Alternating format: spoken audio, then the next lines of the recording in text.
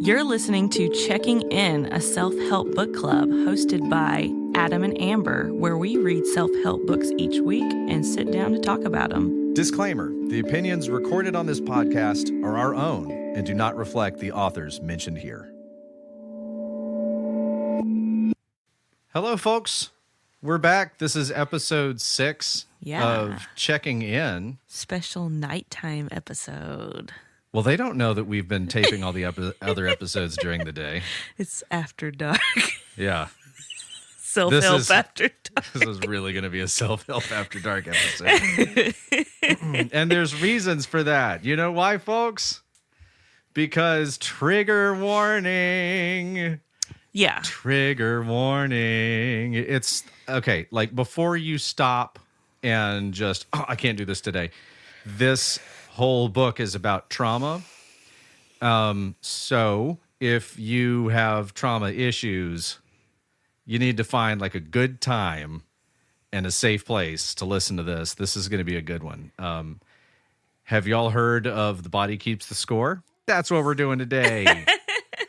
Yeah, this one has been requested several times. It's been recommended to me several times. I feel like I see people talking about it like on social media and stuff, or, you know, a lot of my friends have recommended it, and yeah, it's very popular. My friends are reading it, and that means that y'all's friends are probably reading it too. Yeah, it's like someone who's not into self-help books knows what The Body Keeps the Score is, I think. Which is funny. I think that's odd. Like, when I just look at how things work in pop culture and how things like will kind of enter pop culture. And it's usually because like, oh, this thing is, you know, extremely palatable to the masses. If I have a criticism of The Body Keeps the Score, it's that it's not. Mm-hmm. It feels a lot more, and this is where and when Bessel Kolk is going to team up and, you know, come at me with pitchforks. This feels a lot more like a psychology review. You know, it feels more like a formal paper being submitted, and this is for psychologists to read. Yeah. Other criticisms of the book are that the last third of it not so palatable. This seems to be written more for psychology majors and doctors. Yeah. It's I don't know why it's so popular. That's really okay. I don't know. I'm convinced that people have it on their shelf and say they've read it and have never cracked it open. Well, we read it. We fucking read it. Yeah. I mean, we didn't read it. We listened to the audio book. We talked to people who read it, and they had some things to say. But it was really long. It was such a long book. Let's put this into some numbers for y'all. Most of the books that we have listened to, like 7 to 8 hours. I would say on the low end, 4.5. Yeah. On up to 7 or 8 hours for a really long one. And I remember I turned this one on. Was it 16 hours? I think with our, like, because we'll do it on a sped up slightly, and when it sped up slightly, it was 16 hours. Yeah. Yes. So it went on, and that's not going to be news to the author, you know? Yeah. Here's the deal. This is an important book. The reason that it's published is that Bessel is trying to me just calling him my friend Bessel. He is trying to make some changes in the world of psychology. His work is so important and interesting. Without some of these things being defined, so he pretty much exclusively looks at trauma. He looks at childhood trauma and he looks at adult trauma. I think he came at adult trauma by way of child trauma, and then he worked looking at the VA. at veterans. Yeah. Seeing how, okay, so back in the day, the diagnosis would have been shell shock. And then apparently they walked that diagnosis back so that it's not anything. And you can't diagnose people with things that are not officially recognized. Yeah. You can't treat it. You can't do research on it. Well, he said they were diagnosing people having flashbacks with schizophrenia. Right. Because they thought that was like a hallucination. Right. This person experiencing a flashback, but that actually happened. And so if you're experiencing flashbacks and you get put on, say, antipsychotics, there may be an improvement. But you're treating the effect and not the cause. It just happens to also work. Yeah. So I feel like Bessel van der Kolk was trying to find something a lot more precise that could actually treat the problem. Yeah. It was it was definitely hard to get through at certain points. I feel like it's not really a self-help book. Like, there are definitely things in it that are very informative and very interesting, and his life's work is very interesting and important. I felt like I was waiting for it to be like, and this is what you can do. You know, towards the end, it starts listing off different types of therapy, which I guess you can request. Right. But it's stuff that I've learned being in therapy since about 2014. Yeah. And this is stuff that is not really so much for you, it's for your doctor. Yeah. It's definitely a good guide and a good way to be very informed about if you are diagnosed with trauma, or if you have someone close to you diagnosed with PTSD. It's very useful to know the science and the process behind your healing and your treatment, whichever path you choose. I always said when I was going to trauma specialized therapy and I'd been doing this since about 2017, that I really liked when my therapist would kind of explain some of the more chemical, scientific explanations of PTSD. It just made me feel more validated. Yeah. I guess.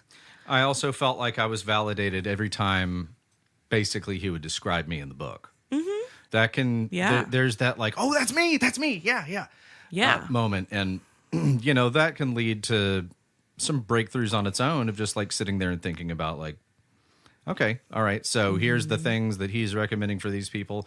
Yeah, that makes sense. Or yes, I remember that happening. One interesting thing to me was that PTSD can wind up manifesting itself in migraines, stomach pains, body aches. Yeah, he definitely believes that most major illnesses that people deal with, whether it be like diabetes or, some kind of mental illness, is the result of trauma. I'm sure that can be debated just because there's all kinds of different factors that go on in someone's life that trauma might be coupled into. But he also talks about how pretty much everyone has experienced trauma, which also makes you feel a lot better as someone who's been diagnosed. Yeah.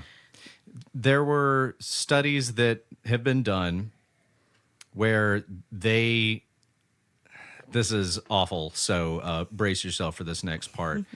10, 11, 12-year-old girls that had been sexually abused. Mm-hmm.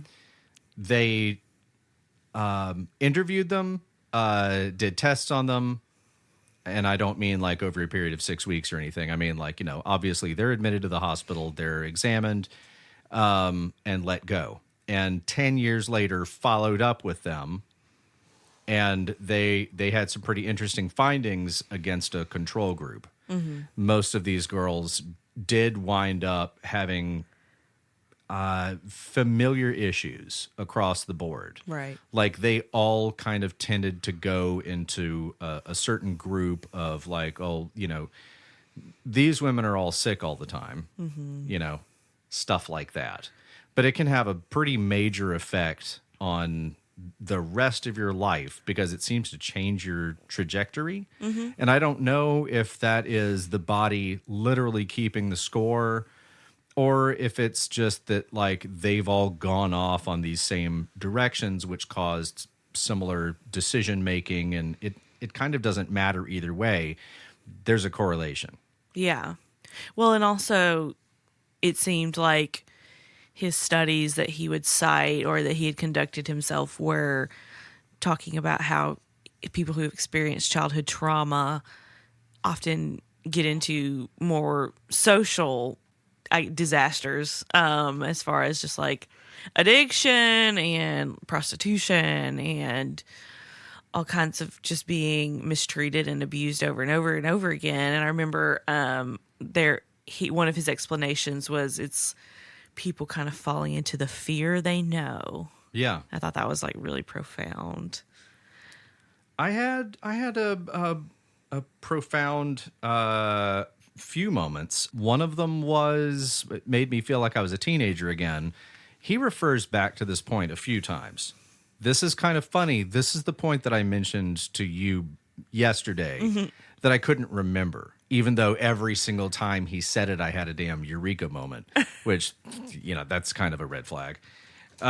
Trauma makes it makes new experiences hard to integrate and the present hard to live in. Yeah. And I remember walking through high school like, regardless of what age I was still 15. I was still the same age that I was when my best friend got killed in a car accident on the way to my house. And I'd go on a date and that experience is still right there with me, defining me. I would play a gig and feel like, once again, that guy that was my friend was supposed to be there at the gig with me. So it wouldn't end. And that kind of brings me to my I guess first organized point about the book. Yeah. That trauma survivors feel like their trauma is never ending. Yeah. There are some reasons for this.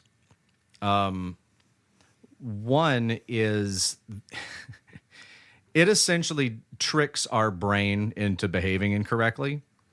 Trauma will often be a situation where, let's say, you were trapped in a vehicle that was on fire and you're not able to get out. And normally you would be. Normally you would be able to just run away from the danger, but you're not able to. And when you're trapped there with the danger, it does something to you. You kind of short circuit. And because you weren't able to save yourself, serve yourself for whatever reason, and I think it's because of certain parts of the brain being very far apart from each other that like maybe should be collaborating to bring an end to this, you'll just wind up reliving this moment over and over again as your brain, I guess, hopes for a different outcome. Yeah, I remember that part, and I thought that was really an interesting take for sure.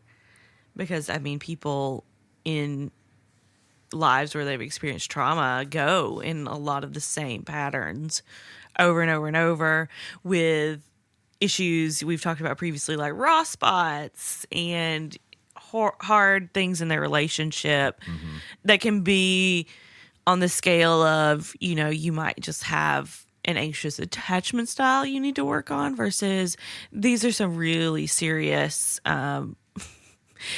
misbehaviors, really, that you're continuing to do. So everybody needs help.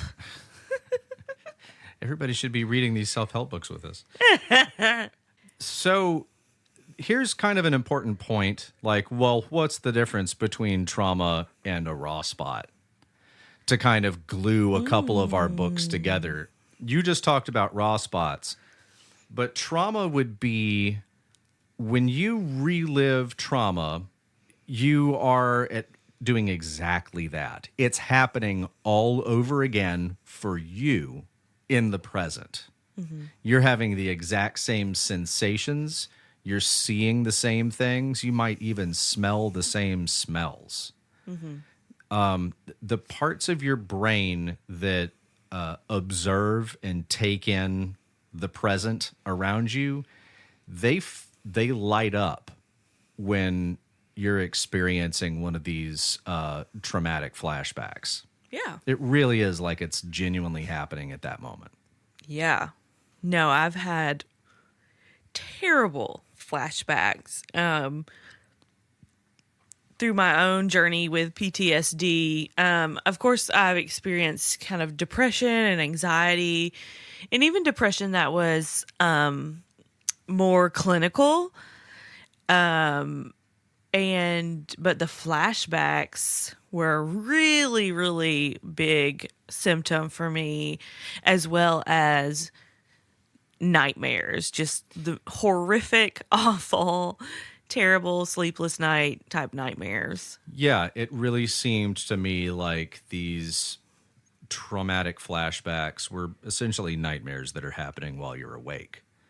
Yeah. So, I mean, if you could be doubling up and getting nightmares while you're awake as well as while you're asleep. right. I had a nurse practitioner prescribed me a blood pressure medicine for nightmares that she said was given to PTSD patients who had experienced nightmares. But Wasn't it a beta blocker? It was a beta blocker, Yeah. and it didn't work. Beta blockers will usually keep your heart from like racing. Okay. And that's, y'all can see what they're thinking there. Yeah. Like, if we can keep your heart from racing while you're asleep, then maybe you won't have. But that ain't how it works. Like, Yeah, I don't know. God bless you if that works for you. Yeah, I don't know. I mean, I hope it works for somebody. But it's not treating the problem. Mm-hmm. It's just like, well, maybe this will work on keeping you from having a panic attack while you're asleep. And he actually talked a lot about different types of medications and their interaction with PTSD. Like antidepressants, Prozac. He mentioned a lot. I guess because it's one of the oldest. Yeah, and he is talking about Antidepressants. it seemed like the magic bullet when it first came out. Yeah, because like one of his patients was immediately better, like just a completely different person, and then the very next patient, it's like nothing. I feel like he had said that it were sometimes the patients with just significant trauma, just kind of like combat veterans or people who have been through like significant childhood trauma. It didn't work. It dulls them, but does not fix it. When I was put on an antidepressant, I always described it to my nurse practitioner as, well, it's different because the anxiety is still there, but I'm not super depressed and lethargic. Yeah. So it's kind of a different feeling. Sometimes those kind of things can give you a different perspective on where you are, and then when you stop taking the medication, it's like, you know what, maybe I'm fine now. I haven't had that happen yet. Well, that means you need to take something if it works. Yeah. Take it, please. So, flashbacks make parts of the brain shut down and cause others to go into overdrive. One of the most unfortunate parts about having part of your brain shut down while you're having one of these is that it's your speech center. Your speech center kind of goes first. So if you're experiencing a really traumatic flashback and people are asking you questions about like, hey, you okay? Where are you?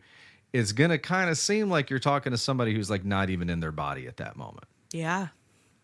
That really sucks to not be able to tell people around you what's wrong with you and what you're experiencing. Yeah. I mean, it's kind of like paralysis.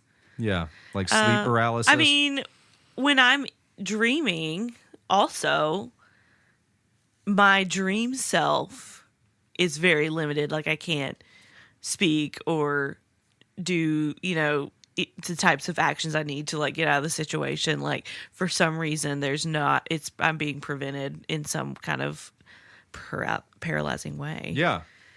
Like the exact same kind of shit that causes the trauma in the first place. Yes.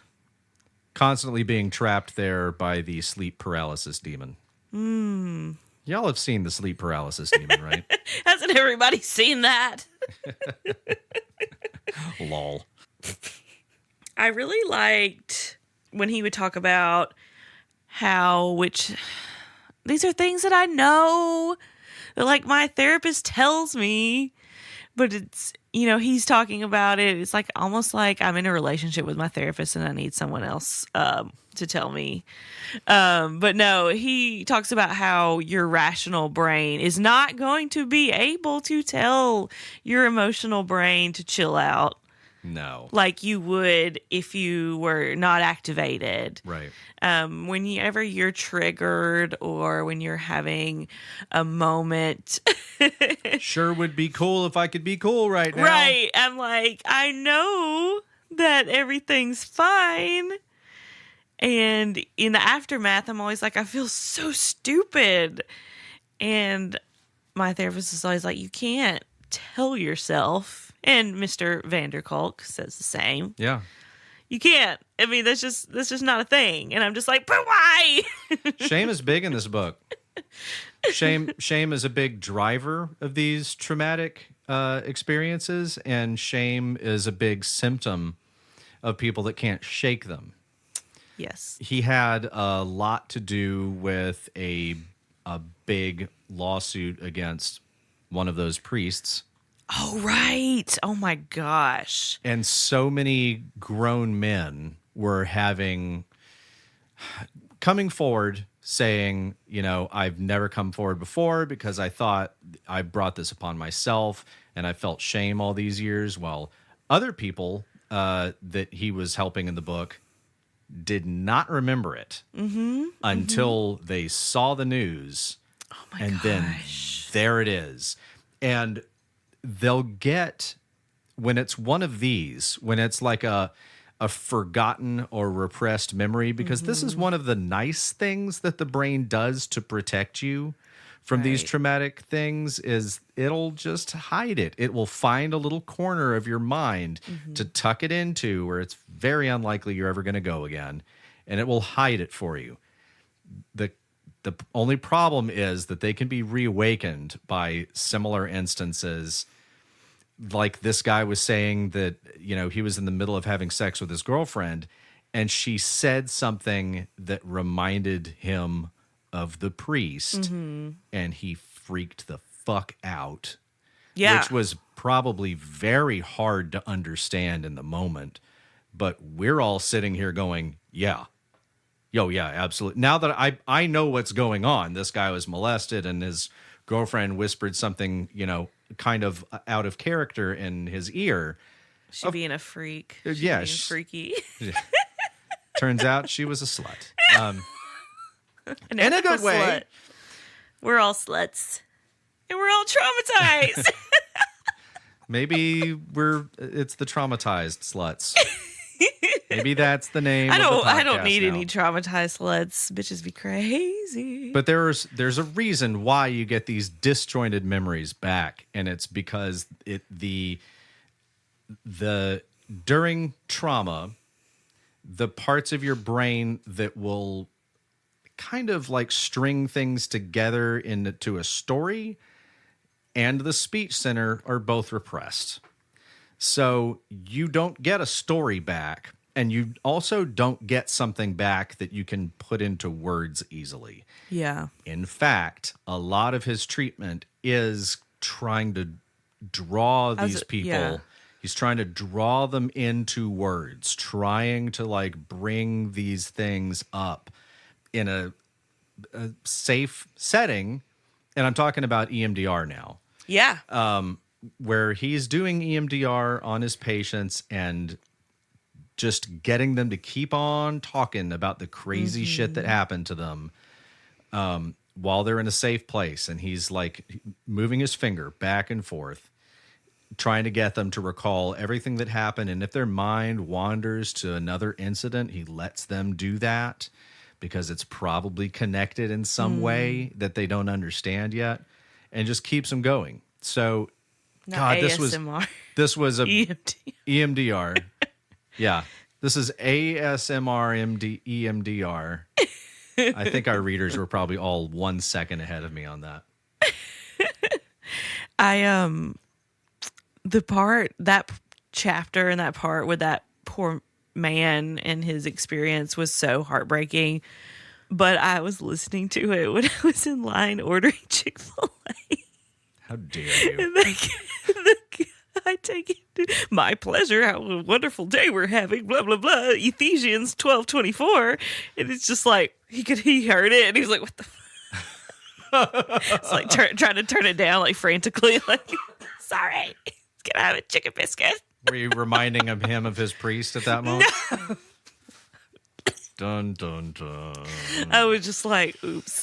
Ooh.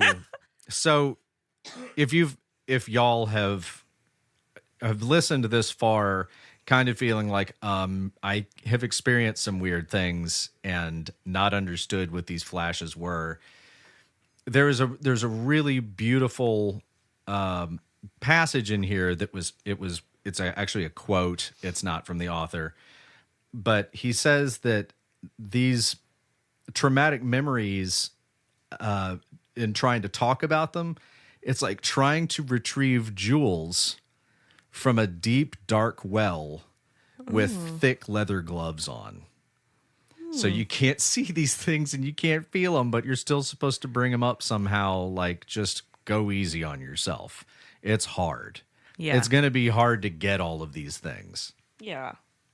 I thought that was really cool. He seems to always have a lot of compassion for his patients. Yeah.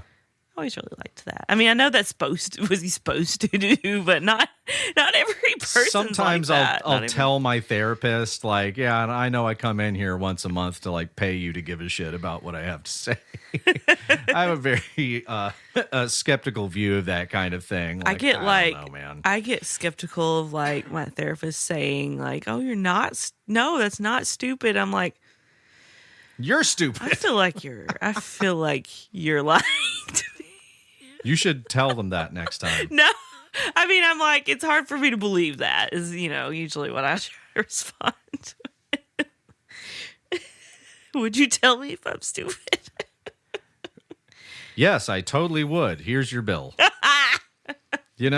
you're not going to fucking tell somebody that they're a dumbass and then ask them for money. I would. I think maybe that is the difference between therapists and like cult leaders. I ain't got no cult. There's probably other differences. I mean, I'll start a cult. You can just like do yoga and hang out. Okay. Drink coffee. Oh, I hope I can drink coffee tomorrow. So here's some more news you can use. Your brain has 3 parts: the right, the left. No, the reptilian brain, which manages your most primitive functions, such as breathing, eating, sleeping, and expelling waste. Don't you call it the lizard brain? Yeah, I'll call it the lizard brain a lot of the time. Although it can be any reptilian, really. It could be your alien. It could be your T-Rex brain. Maybe you're just a total badass when you're shitting.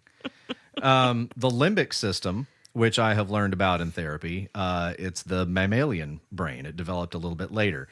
It manages emotions, looks out for danger, and helps you to navigate social networks. Mine is broken. Mine's broken. I think mine is too. Yeah. Just totally fucking broken. And I'll tell you the moment that broke it. It was it's trauma. The bully, I'm not going to say his name, even though it was Brady Crow, held me down in front of the whole school. So humiliating me and pinning me down so I can't go anywhere, giving me a double, as it's called, Texas titty twister. while telling me to whistle Dixie Boy. And I couldn't remember. I'm like, whistle Dixie. Like at that moment with him with this man, this 18-year-old man holding me down, twisting my nipples. I can't remember what the fuck melody he's talking about. No. Also, you can't whistle in that type of situation. Maybe a minute and a half that guy held me down doing that. And, you know, like making sure that everybody in school saw it. Yeah. While also like making sure that I've got to wear super soft shirts for the rest of my life. I mean, you've told me this before, and every time you tell me this, I'm just like, this person sounds like a psychopath. Like, yeah, this person sounds like he's going to be on like that a freaking Netflix show. Like, I guarantee that if you talk to anybody that knows him, they're like, "Oh, Brady is so sweet. He is just the biggest sweetheart. He was one of the most popular guys at my school." For being a butthead. Like, you got to understand that, like, the popular kids were always the meanest ones. Oh. When I was growing up. They weren't popular because they were the best people. It was like, these are the biggest psychos. Therefore, I have no interest in navigating their world in any way except for being invisible to them. Yeah. That's anyway, a defense mechanism. Yeah. You didn't light up the room. Yeah. Absolutely refused to light up the room. Stayed alive. The third part of the brain is the neocortex, the rational brain, which you don't have. I have it. It's just weakened. It is the size of an almond, which operates logic, language. I'm obviously kidding. Operates logic, language, creativity, empathy, and the ability to plan for the future and reflect on the past. This was the more recent part of the brain to develop, and good Lord, what a doozy, right? Yeah. So yeah, the part of the problem with like, gosh, you know, why does this trauma stay with me? Why am I reliving this? It's kind of because of these three parts of the brain not having a very easy time talking to each other about this one time that they all collectively glitched out. Not that it's your fault that it happened, but that's the effect that it has. Yeah. So then we get to the part where we're talking again about trauma's impact on the body. Mm-hmm.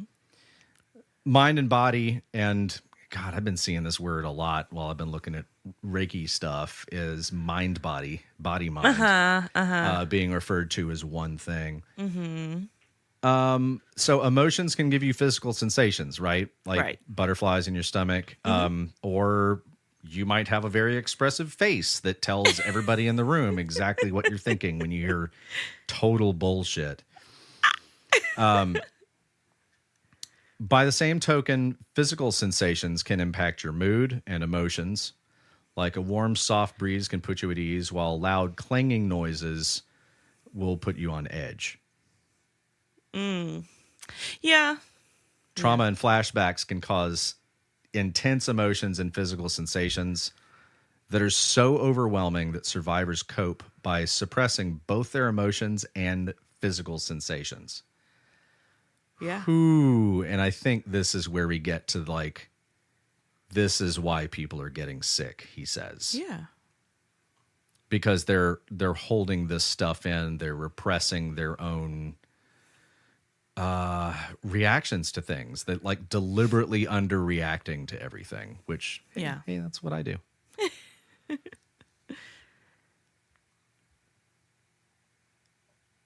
This is important. When you suppress or can't understand what your physical sensations are telling you, the body finds other ways to demand your attention. Oh, God. Many trauma survivors develop psychosomatic issues, physical ailments that have no physical cause, such as migraines, neck and back pain, fibromyalgia, question mark on that, asthma, digestive issues, irritable bowel syndrome, and chronic fatigue. Yeah. Or the thing like with my right shoulder. Yeah. I feel like I've heard other people even talk about like gastrointestinal type issues kind of being linked to trauma they've experienced, and just keeping that all in and letting it kind of spread almost in like a cancerous way to affect you in so many areas of life. And it's so unfortunate. And I really do feel like there's a lot of times in the book where I felt like, well, so this is bleak. Yeah. You know, it's like, well, okay. It goes and gets bleak for long stretches, which is, again, this is a really important book. Very important that this stuff enters the medical pantheon. But this is where it really deviates from being a self-help book in any traditional way, is that it enters bleak territory and hangs out there for a real fucking long time. Yeah. There's no reason for the layperson to stick with it through a lot of these things. And I think that the idea, well, okay, so we think it's bleak just because it kind of outlines generational trauma and trauma affecting you in so many different ways at so many different times in your life. It's unavoidable. And I think that it's important to be tenacious about breaking those cycles of generational trauma, but that's half the reason for being here. Right. But at the same time, it's not really gives you any way to do that. It's not like this is how, or this is how you get started, or, I mean, it's just kind of outlines different types of therapies you can try. I feel like when it gets to the end of the book, he kind of holds up a sign and goes like, well, so there's like really, there's talk therapy. Mm-hmm. There's drugs, and there's EMDR. Well, he also, Adam, gives a lot of weight to yoga. He's a fellow yogi. Mm-hmm. No, he talks about yoga very extensively. He talks about singing. Yeah. Well, and personally, I love yoga. It's one of my favorite things. I get excited to go. And I don't know. I mean, even I always tell all my friends who kind of are like, wow, you're like doing yoga so much, blah, blah, blah. And I'm like, look, if you can get my ass off the couch with like some crystals and some like woo woo chakra, okay, I'll be into this. Like, I'll get moving. And there's like a lady who's like telling you nice things about yourself, and it's mainly women in the class. Yeah. But none of that hurts. Yeah, I mean, and you get a chance to meditate, and you don't look at your phone, and I don't know. I mean, I love it, and I recommend it to all my friends. I think it was something that I latched onto really easily after I was living post-trauma, which I hadn't been able to in a long time. And I started learning about, I just go into different studios and meeting teachers and fellow people in my classes who are all really cool. And I got to learn a lot about trauma-informed yoga and how that's kind of a special license that some people can achieve in their teaching, I guess, journey. So I had a teacher in Nashville. Her name was Marissa, and hi, Marissa. Yeah, she was amazing. Very trauma-informed practice, and that was the teacher that I got with to begin with. That was where I started my journey, was with her. So, even as I expanded to other classes and other studios and other teachers, to fill my week, I was still, like that's where I kind of began. And it was so helpful and so just loving. And I don't know. I kind of doubt that we have listeners that haven't at least tried yoga. Yeah. But I'm just going to point out that a big part of the point of yoga is uniting your mind and body, getting them back in touch with each other. And there's a lot of like Like at the end of a yoga session, it's like, thank yourself. Yeah. For taking this time for yourself to do this. You giving yourself this gift. Yes, exactly. How would that be bad for trauma, you know? Yeah. That's exactly the kind of thing that puts medicine on the burn. For sure. And I remember when we first started dating, you were asking me, like, why do you like it so much? And I was just like, I love connecting with my body now. It's so nice to do that for an hour. And, feeling, even if it's, a little painful, it's fine. You get to like feel these different sensations, and some can be emotional and some can be really peaceful. So I don't know. I love it. I recommend it to everybody. Yeah. And if you don't care for it, go again. Yeah. Somewhere else. Yeah, I've been to some places. I'm just gonna straight up, like, they were not trauma informed, and or they were just dicks.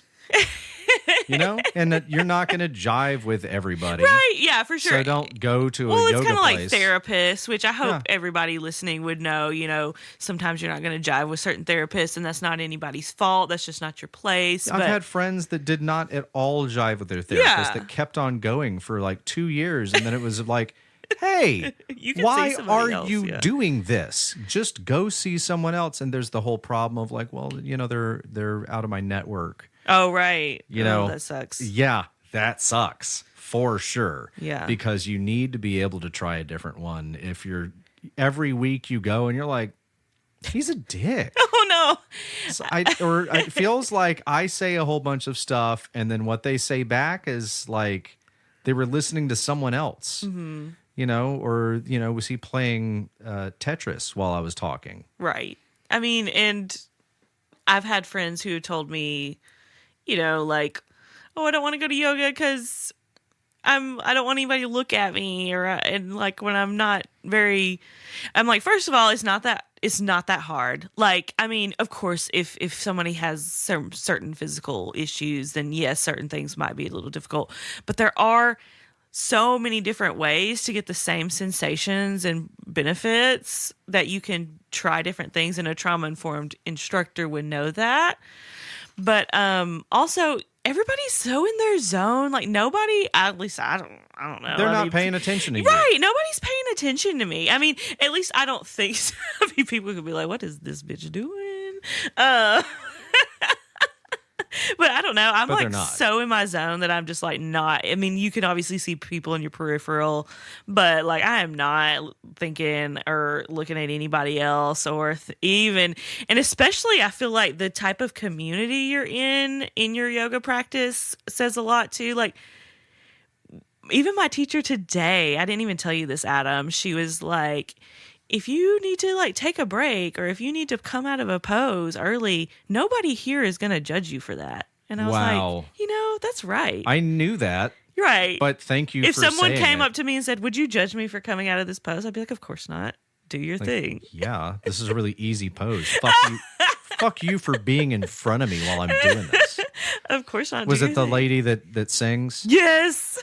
I love her. Okay, so we talked about this last night. I really connected with this person. Yes. And it's partly because like turned to love at the moment where at the end, when it's becoming more of like we're going to lay here for a minute and we've got the lights off, she will sing without musical accompaniment, and as a musician, and it's I'm in like a big echoey room. Yeah, so it's got some nice warm reverb on it, and when she does that, I'm just like, her soul is big, like her aura fills up a room when she does this. Yeah, no, she's legit, and she actually has a singing only class. She was telling me about today.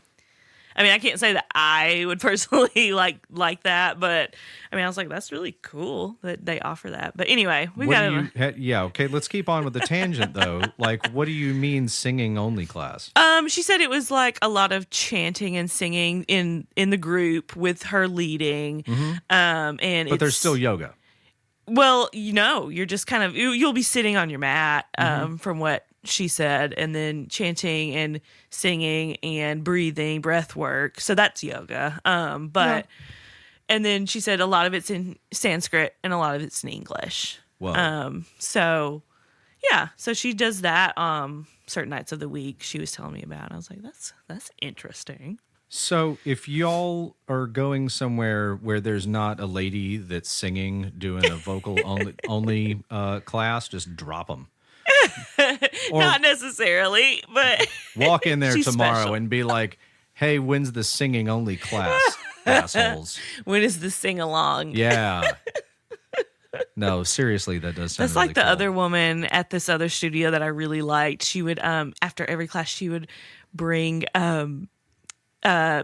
folded cloth, washcloth with cold water and lavender oil, and she would put it on our foreheads or our eyes. Good call. And me and this girl were like, "This is the reason I come to this class." It's like at the end, she brings us that lavender washcloth. It's just like, damn, that's fresh. And I guess like that, I'm just saying that is like the people that you're gonna meet in there are just like the kindest, like sweet people. Well, you they've know? come there to chill, Right. Not to act like they're still sitting in traffic. Oh, I know. On 285. Okay, so and just, we got off on a yoga podcast. Yoga is one of the things that he says may help. Folks should try it. It may help with trauma, but there's no. I mentioned silver bullet earlier. There's no one silver bullet that's going to help with trauma, but he outlines. Yeah. He outlines a few things that he believes that if it's not this, it's going to be this, and if it's not this, it's going to be this. Right. You know, and so I remember that. That was really cool. Yeah, he lays it out very nicely, and I hope that enough people stick with the book. At least, you know, maybe if you only get 40 pages into it and go, "This is not for me," thumb through the end of the book sometimes. Yeah. The hard to read part, because there's going to be really useful information in there about what to do to treat trauma. It could be like an encyclopedia, or something. It's almost. it's like a reference. And I was thinking originally that was like, this is a submission for a psychology journal. I mean, it's well written. I mean, it's important. It's informative. It's very long, and it's not really for us. Yeah. In spite of the fact that both of us have trauma. Right. You know, I kind of feel like this is for my doctor to read. So we're going to start assigning the books now. Like, here, I would like you to read this. Could you fucking get on the ball and read this book? Or they'll be like, "Okay, so I have some books for you to read." And you're like, "Oh, yes. So by the way, I have one for you to read as well." Is this the time where we exchange the Oh my God. I did give my therapist Pete Holmes's book, Comedy, Sex, God. And we've talked about a couple times, like, is that a self-help book? But I don't know.